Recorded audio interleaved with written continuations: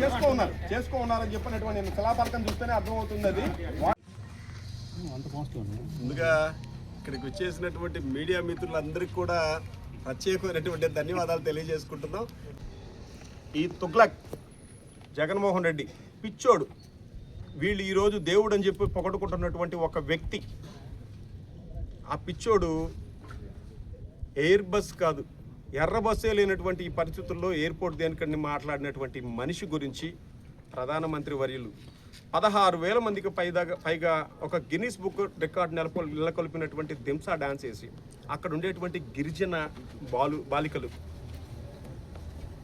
దాన్ని చూసి తన్మయత్వంతో ఆంధ్రప్రదేశ్ ఈ విధంగా ముందుకెళ్తుంది. ఒక డ్యాన్స్ గురించి కాదండి, అక్కడ ఉండేటువంటి ఎయిర్పోర్ట్ వ్యవహారాలు కావచ్చు, అభివృద్ధి చెందుతున్నటువంటి ప్రదేశాల గురించి కావచ్చు, పెట్టుబడులు భవిష్యత్తులో ఇక్కడ ఏ విధంగా వస్తాయనేటువంటి ఒక ఉద్దేశంతో కావచ్చు ప్రధానమంత్రి వారు దాదాపుగా 5,000 కోట్ల రూపాయలు నిన్న ఇక్కడ ఆంధ్రప్రదేశ్కి ఇవ్వడం జరిగింది.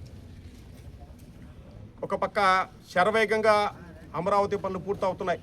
రాబోయే రోజుల్లో ఆంధ్రప్రదేశ్కే ఈ పిచ్చోడు చెప్పినటువంటి 3 రాజధానులు, ఆ తర్వాత మావిగన్నో నవ్వుకుంటున్నటువంటి పరిస్థితుల్లో అమరావతి అనేది పూర్తి స్థాయిలో అభివృద్ధి చెందుతుంది.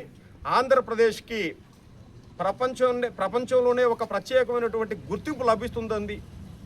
అదేవిధంగా రేపు జరగబోయేటువంటి పుష్కరాలకి ఎటువంటి పరిస్థితుల్లో పోలవరాన్ని అందించడం జరుగుతుంది. పుష్కరాల్లో ముందుగానే ఆంధ్రప్రదేశ్ అనేది ఎక్కడా కూడా సాగునీటికి ఇబ్బంది లేకుండా జరుగుతుందని చెప్పినటువంటి ఒక పరిస్థితుల్లో ఇంత పూర్తిగా ఆంధ్రప్రదేశ్ అభివృద్ధి చెందుతూ ఉంది.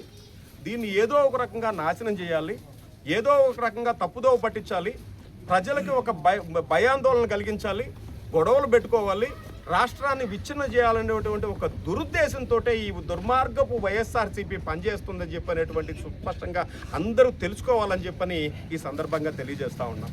దీన్ని ఈ జరిగేటువంటి అభివృద్ధిని కూటమి ప్రభుత్వంలో కేంద్ర ప్రభుత్వం యొక్క సహాయ సహకారాలతోటే తెలుగుదేశం పార్టీ జాతీయ అధ్యక్షులు నారా చంద్రబాబు నాయుడు గారి విజన్ తోటే ఉప ముఖ్యమంత్రి వర్యులు పవన్ కళ్యాణ్ గారి సహాయ సహకారాలతోటే యువ నాయకులు నారా లోకేష్ గారు ఏ విధంగా ఆంధ్రప్రదేశ్ను ముందుకు తీసుకెళ్తున్నారో ప్రజలందరూ గమనిస్తున్నారు. దీన్ని ఆపడం ఎవరి తరం కాదని చెప్పని ఖచ్చితంగా తెలియజేస్తూ ఉన్నాం.